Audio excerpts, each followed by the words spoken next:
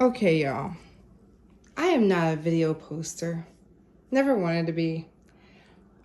But when I saw this, I said, I've got to post this to see if anybody else has experienced the same thing. So I bought this Chinese Evergreen and I was repotting it because it's looking like crap.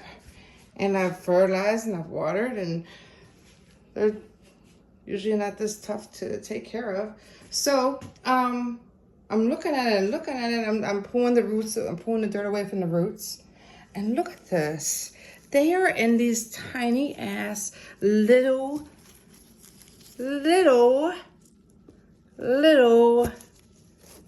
pots inside of the big pot. This is the pot I bought it in.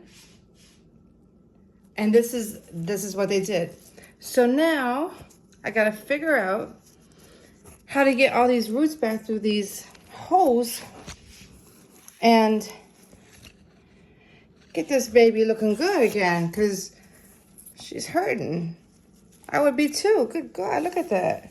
So, any comments, please, or any advice, I'll be open to it. Thank you. Bye.